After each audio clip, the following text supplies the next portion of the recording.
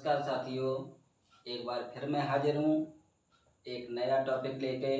आज का हमारा जो टॉपिक है वो है उच्चारण स्थान। जो अभी तक हमने आपके लिए सिर्फ सूत्र कराए, उसमें जो वर्ण आए थे, अब उन्हें कहाँ से बोला जाता है। तो जो वर्ण हमारे बोले जाते हैं साथियों, उसके ये कुछ सूत्र दिए हैं जिन्हें मैं बहुत आसानी से आपके सामने प्रस्तुत कर रहा हूँ। आप भी मेरे साथ सीखिए साथियों। पहला जो हमारा है सूत्र है अकुह विसर्जनीयानाम कंठा। साथियों, ये जो हमारा कु लिखा हुआ है उसके लिए मैंने यहाँ देखिए कु लिख दिया का वर्ग। ये हमारा चू लिखा हुआ है दूसरे में, मैंने यहाँ चू लिख दिया चा वर्ग। यहाँ हमारा ऋ लिखा हुआ है, इसके आगे टू लिखा हुआ है, टू का मतलब टा वर्ग, टा ठा डा ढा अड़ा। ये हमारा तू लिखा हुआ है, इसका मतलब ता वर्ग। इसके बाद हमारा इस तरह से ये है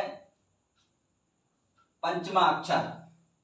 ये हमारा पंचमा अक्षर है और ये 5वें नंबर पे है, तब हम समझ जाएंगे ये हमारा पंचमा अक्षर है। मैं शुरू से आता हूँ। नंबर 1 पे देखिए साथियों, बड़े प्रेम पूर्वक हम इसे पढ़ेंगे साथियों। ये हमारे लिखा है अकुहु विसर्जनीयानाम कंठा। साथियों, अब ये देखिए कंठ, कंठ से कौन कौन से अक्षर बोले जाते हैं। इसमें देखिए आ गया, आ में ये देखिए अ आ, दोनों के लिए हम किससे बोलेंगे, कंठ से बोलेंगे। इसके बाद कु आ गया, कु का मतलब का वर्ग। पूरा जो का वर्ग है इसे हम कंठ से बोलेंगे। इसमें क्या क्या आ गया, का खा गा घा अंग। इन सभी के लिए हम कंठ से बोलेंगे साथियों। किससे बोलेंगे, कंठ से बोलेंगे। ये सारे अक्षर कंठ से बोलेंगे। उसके बाद आता है हा। यहाँ पर क्या आ गया, हा। हा के लिए हम किससे बोलेंगे, कंठ से बोलेंगे। अगर हा हमें याद नहीं रहता है तो आपने सुना होगा हलक। हलक का मतलब कंठ, गला। तो ये इसके पर्यायवाची हैं। तो हा का मतलब हलक, हलक का मतलब गला और गला का मतलब कंठ। साथियों, इस तरह से हम हलक को याद कर सकते हैं, हलक से हम कंठ को याद कर सकते हैं। इसके बाद आया साथियों विसर्ग। विसर्ग हमारा, इसे हम किससे बोलेंगे, कंठ से बोलेंगे। तो एक बार फिर से रिवाइज करते हैं। आ किससे बोलेंगे, कंठ से। का वर्ग कंठ से, हा कंठ से और विसर्ग कंठ से। इस प्रकार आप सीख गए होंगे कंठ से हम कौन कौन से अक्षर बोल सकते हैं। ये हमारा हिंदी में भी हमें उपयोगी सिद्ध होगा। जब आप हिंदी पढ़ेंगे और वहां पर ये व्यंजन कहाँ से बोले जाते हैं, उसमें यही व्यंजन कंठ से बोले जाते हैं। साथियों, ये दूसरा हमारा जो सूत्र है बहुत प्रेम पूर्वक इसे पढ़ेंगे। इचु यशानाम तालु। साथियों, इसमें देखिए क्या क्या आ गया, ई। क्या आया, ई। अब ई में ई, दोनों के लिए कहां से बोलेंगे साथियों, कहां से बोलेंगे, तालु से। इसके बाद क्या आया, चू। चू का मतलब चा वर्ग, चू का मतलब चा वर्ग। और चा वर्ग में क्या क्या आता है साथियों, चा, छा, जा, झा, या। चा, छा, जा, झा, या। इनका उच्चारण कहां से होगा, तालु से। साथियों इनका उच्चारण तालु से। इसके बाद क्या आया, या। या का उच्चारण तालु से। इसके बाद शा, शा, इसे हम बोलते हैं तालप शा। तालप शा का मतलब तालु से। तो साथियों ई तालु से, चा, छा, जा, झा, या तालु से, या तालु से, शा तालु से। इस प्रकार ये हमारा दूसरा सूत्र हो गया। साथियों आप समझ चुके होंगे कि ये तालु से बोला जाएगा। तीसरा सूत्र देखिए, ऋतु रसाम मूर्धा। प्रेम पूर्वक फिर से पढ़िए, ऋतु रसाणाम मूर्धा। पढ़ने में थोड़ा कठिन है, लेकिन आप बार बार प्रयास करेंगे तो अच्छी तरह से पढ़ पाएंगे। साथियों इसमें देखिए, री, री, इसमें री के बाद टू। टू का मतलब टावर्ग, टू का मतलब टावर्ग। टावर्ग में क्या आएगा साथियों, टा, ठा, डा, ढा, अड़ा। इनका उच्चारण मूर्धा से, इनका उच्चारण मूर्धा से। साथियों इसके बाद ये देखिए, री हो गया, टू हो गया, रा। रा का उच्चारण मूर्धा से। इसके बाद शा। ये हमारा कौन सा शा, मूर्धन्य शा। साथियों ये हमारा कौन सा शा, मूर्धन्य शा। कैसे पहचान पाएंगे, ये देखिए साथियों, ये हमारा शा लिखा हुआ है।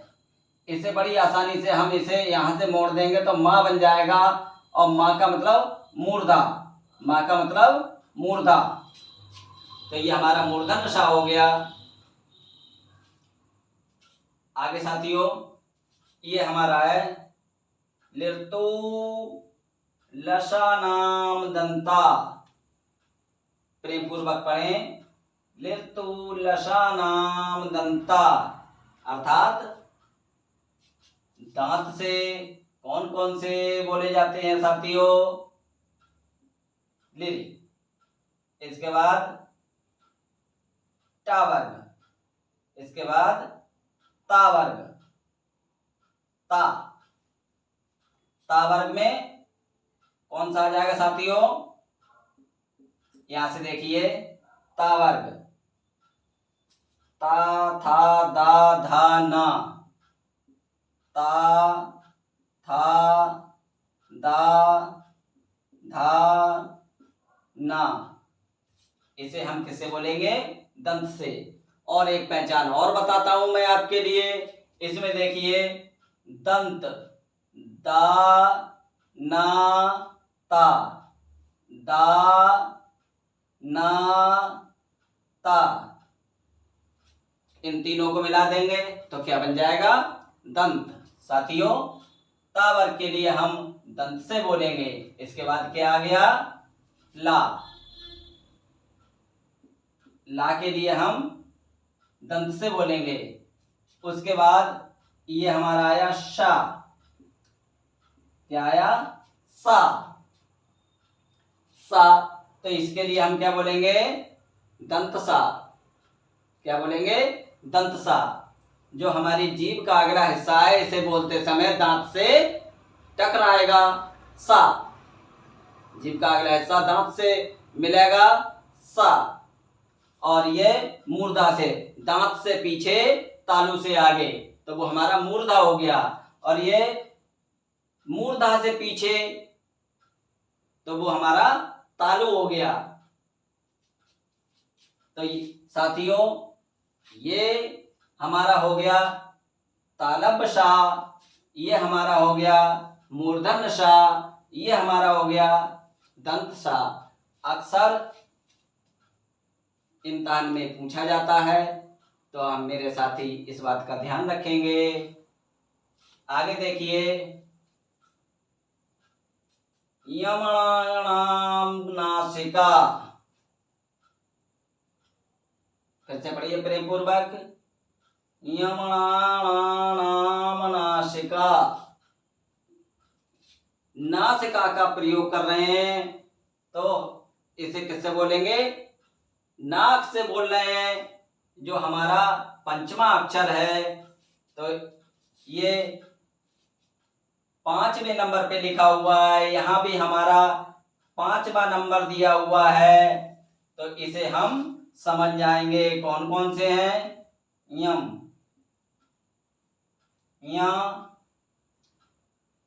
क्या, या, मा, आ,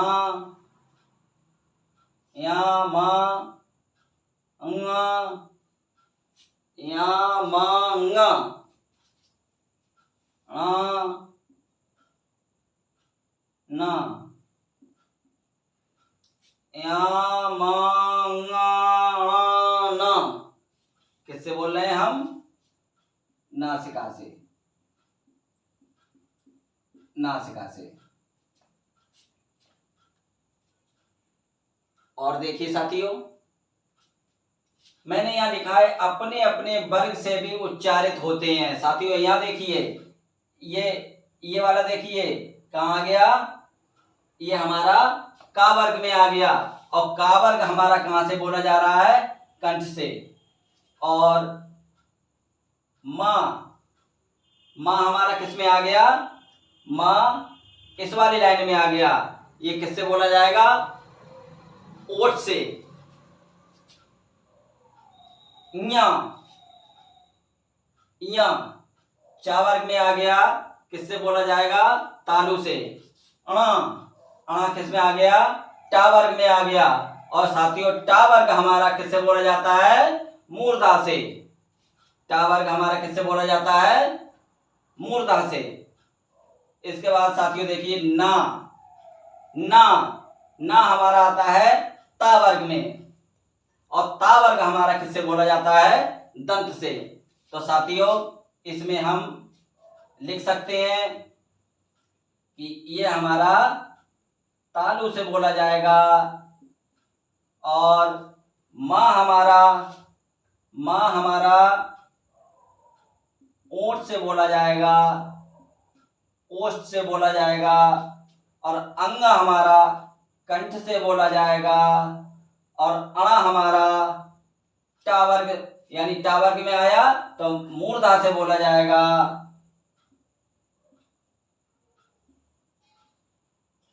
मूर्धा से बोला जाएगा। और ना हमारा दंत से बोला जाएगा। अर्थात ये हमारे अपने अपने वर्ग से भी उच्चारित होते हैं और नासिका से भी उच्चारित होते हैं। साथियों अगला हमारा नियम है उपुपधमानीयानाम ओष्ठो। उपुपधमानीयानाम ओष्ठो अर्थात ओठ से कौन कौन से बोले जाते हैं? तो उ में कौन कौन से आ गए साथियों? उ, ऊ, उसके बाद पा आ गया, पा वर्ग। ऊ का मतलब पा वर्ग। और पा वर्ग में कौन कौन से आते हैं? पा, फा, बा, भा, मा। ये हमारे कहां से बोले जाएंगे? ओठ से, ओष्ठ से। साथियों इसके बाद क्या आ गया? इसके बाद यदि उ और पा वर्ग और उसके बाद उपधमानीय। उपधमानीय क्या होता है? अगर पा और फा से पहले, पा और फा से पहले आधा क्या हो? विसर्ग हो। आधा विसर्ग हो। किस प्रकार? देखिए साथियों, ये मैं यहां बताता हूं आपके लिए। ये बड़ा सा मैंने विसर्ग बना दिया ये, और आधा ऊपर से मिटा दिया और आधा नीचे से मिटा दिया। ये हमारा क्या बन गया? अर्ध विसर्ग। क्या बन गया साथियों? अर्ध विसर्ग। तो इसका निशान मैं यहां बना देता हूं। इससे पहले अगर अर्ध विसर्ग है तो उसे उपधमानीय बोलेंगे। क्या बोलेंगे साथियों? उपधमानीय। इसके बाद साथियों देखिए, ए दैतो। क्या आ गया साथियों? ए दैतो। ए दैतो का मतलब ए और आए, ए और आए, इन दोनों के लिए, ए और आए के लिए किससे बोलेंगे? कंठ तालु से बोलेंगे। कहां से बोलेंगे साथियों? कंठ तालु से। कंठ तालु से इन दोनों के लिए बोलेंगे। ये मैं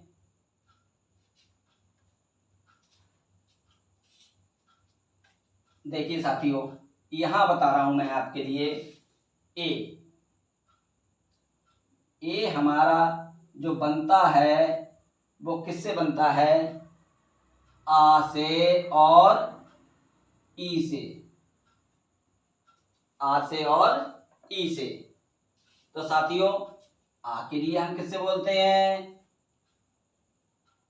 कंठ से बोलते हैं। और ई के लिए किससे बोलते हैं? तालु से बोलते हैं। दोनों को मिला के किससे बोलेंगे? कंठ तालु से बोलेंगे। जब इसे कंठ तालु से बोल रहे हैं तो इसके लिए भी हम कंठ तालु से बोलेंगे।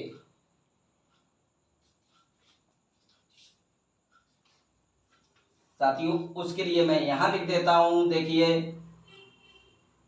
ये बराबर क्या हो जाएगा? ये बराबर हो जाएगा आ और ए।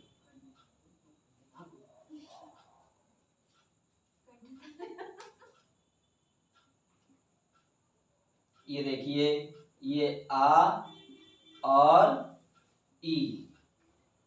साथियों ये दोनों कंठ से बोले जाएंगे और ये तालु से बोला जाएगा। तो ये दोनों मिला के ये वाला भी कंठ तालु से बोला जाएगा। इस प्रकार साथियों ये देखिए, ओ दो तो, ओ एक मात्रा लगाएंगे इस पे, ओ दो तो कंठ ओष्ठो। साथियों देखिए, ओ और आओ, इन दोनों का उच्चारण कंठ ओष्ठ से होगा, क्योंकि इसका जो निर्माण हुआ है, इसका निर्माण, ओ का निर्माण हुआ है आ से और ऊ से। आ के लिए हम कंठ से बोलते हैं और ऊ के लिए हम ओष्ठ से बोलते हैं। तो दोनों के लिए कंठ ओष्ठ से बोलेंगे। साथियों इसे मैं यहां से मिटा देता हूं। आप समझ गए होंगे।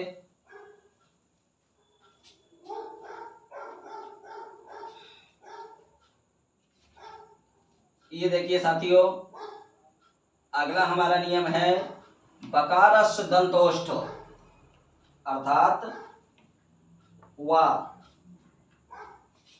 वा के लिए हम दंत और ओष्ठ से बोलते हैं। दंत प्लस ओष्ठ से बोलते हैं।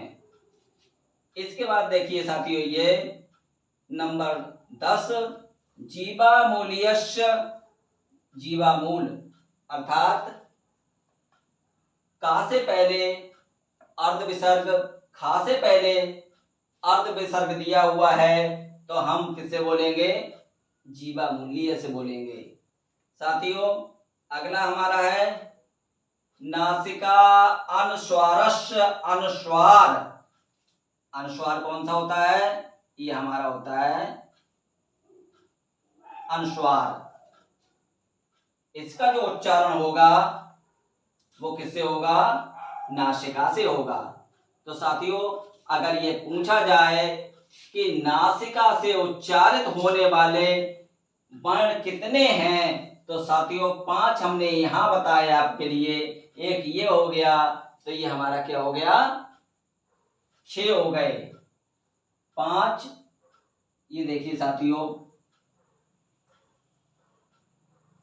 जो हमारा पंचमा अक्षर है ये नासिका से बोला जा रहा है और अनुस्वार हमारा नासिका से बोला जा रहा है, तो नासिका से उच्चारित होने वाले 6 हो गए। साथियों